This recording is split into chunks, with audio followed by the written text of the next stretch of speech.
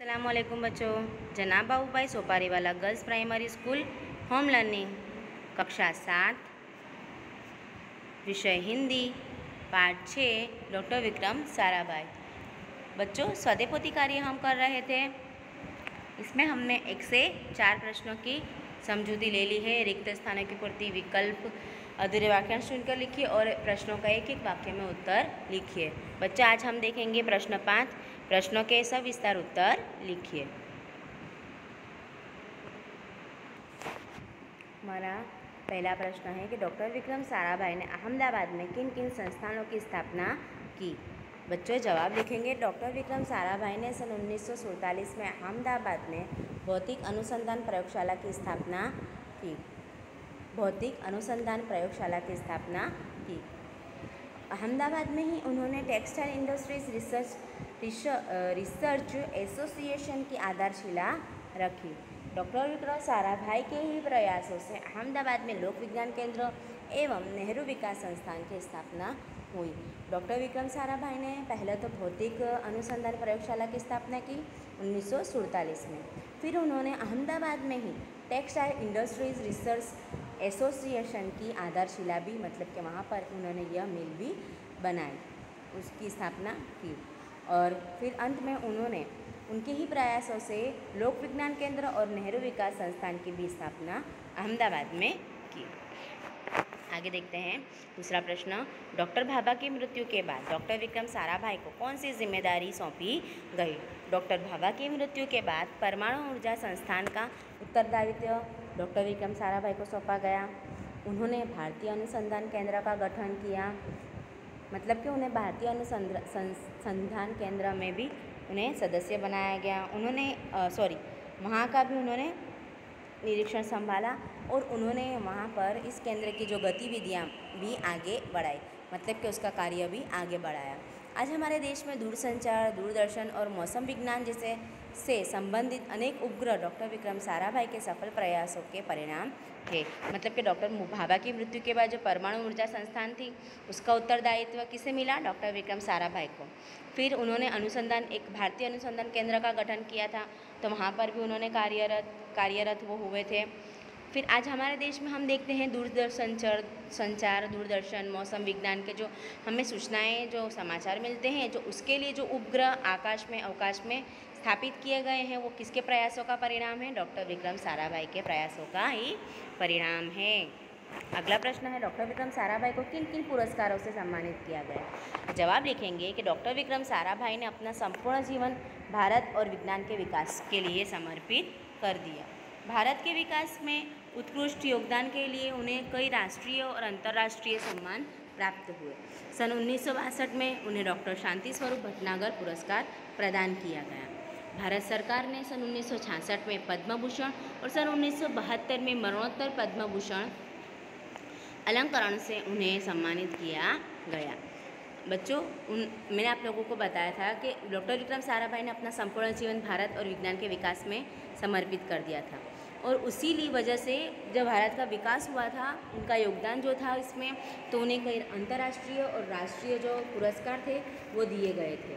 तो पहला पुरस्कार था उनका 1962 में डॉक्टर शांति स्वरूप भटनागर पुरस्कार, फिर 1966 में पद्म भूषण और 1972 में उनके मरने के बाद उन्हें मरणोत्तर पद्म भूषण से अलंकरण, मतलब कि इस पद्म भूषण से सम्मानित किया गया।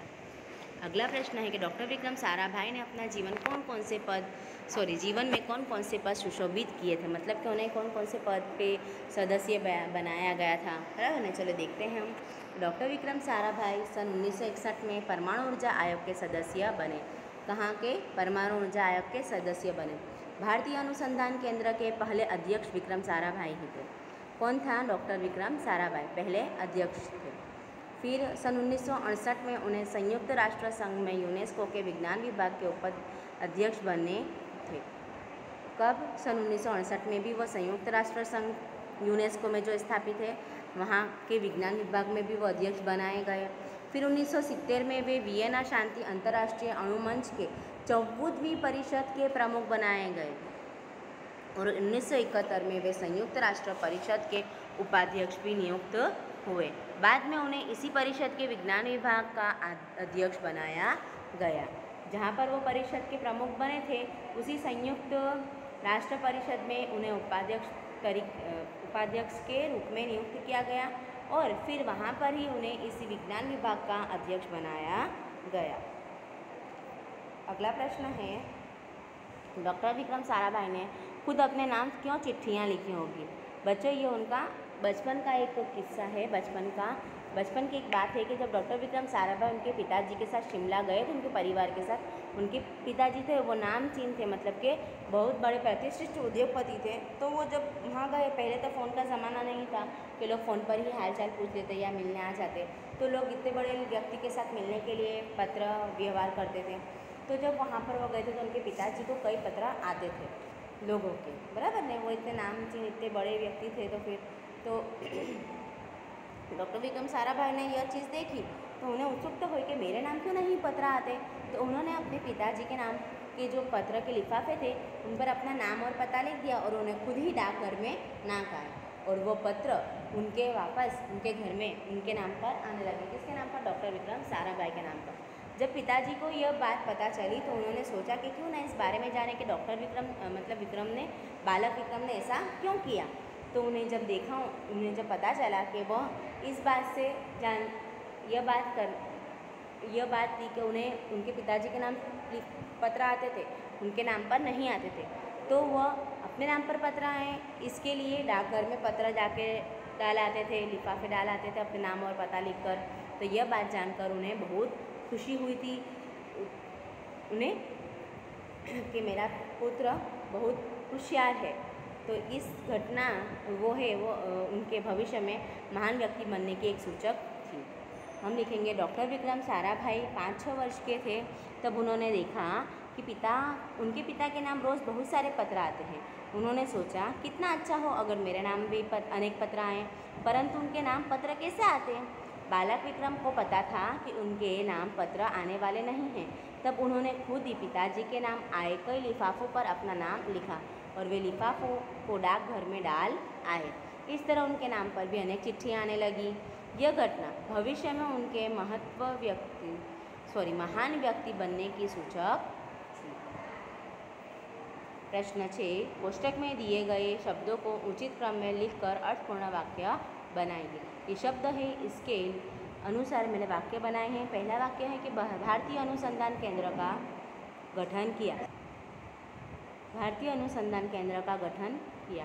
दूसरा वाक्य बनाया है विक्रम साइकिल पर कलाबाजियाँ करते थे। साइकिल पर कलाबाजियाँ करते थे। तीसरा वाक्य यह बालक बड़ा होकर यशस्वी बनेगा।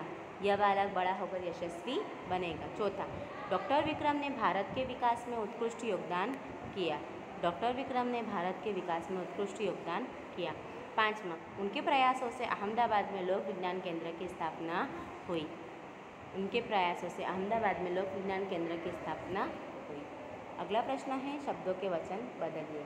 बच्चों, यहाँ पर एक वचन है तो बहुवचन हम लिखेंगे लड़का लड़के, लड़का लड़के, किताब किताबें, एक मात्रा और अनुस्वर, किताब किताबें, नदी नदियाँ, चंद्रबिंदी लगाएंगे हम, नदियाँ, लिफाफा लिफाफे, नारी नारियाँ, र के आगे रसवई और य के ऊपर चंद्रबिंदी यानी यानी चंद्रबिंदी, नारिया, माली माली। ठीक है बच्चों, अगला प्रश्न है कि रेखांकित सर्वनाम का प्रकार लिखिए। अब देखिए यहाँ पर कि पेड़ के नीचे कोई खड़ा है। कोई मतलब कि अनिश्चित वाचक है। यहाँ पर निश्चय तरीके से हमें बताया नहीं गया है कि वो स्त्री है, पुरुष है, निर्जीव है, सजीव है। तो पेड़ के नीचे कोई खड़ा है तो यह अनिश्चय वाचक सर्वनाम कहलाएगा। पता नहीं यह किसकी संदूक है, पता नहीं यह संदूक किसकी है तो किसकी है, यह भी अनिश्चयवाचक सर्वनाम कहलाएगा। यह शिवाजी का किला है। किसका किला है? यह शिवाजी का किला है। यह वस्तु मतलब कि यह वस्तु बता दी गई है कि यह वस्तु है, यह चीज़ है, बराबर, यहाँ पर है वो, तो वह निश्चयवाचक सर्वनाम कहलाएगा। चौथा है वह श्याम का मित्र है, तो वह भी निश्चयवाचक सर्वनाम कहलाएगा। लड़का कुछ खाना चाहता है, कुछ फिर से आ गया, फिर से मतलब कि अनिश्चयवाचक सर्वनाम यह कहलाएगा। बच्चों, यहाँ पर हमारा स्वाध्याय कार्य और पाठ 6 डॉक्टर विक्रम साराभाई का सदीपोती कार्य भी पूर्ण होता है। आप लोगों को अपने सदीपोती में इन सभी प्रश्नों को लिख लेना है और यहाँ पर हमारा पार्ट 6 डॉक्टर विक्रम साराभाई सदीपोती कार्य भी पूरा होता है। आप लोगों को स्वच्छ अक्षर से अपनी सदीपोती में सभी उत्तरों को लिखना है। Thank you.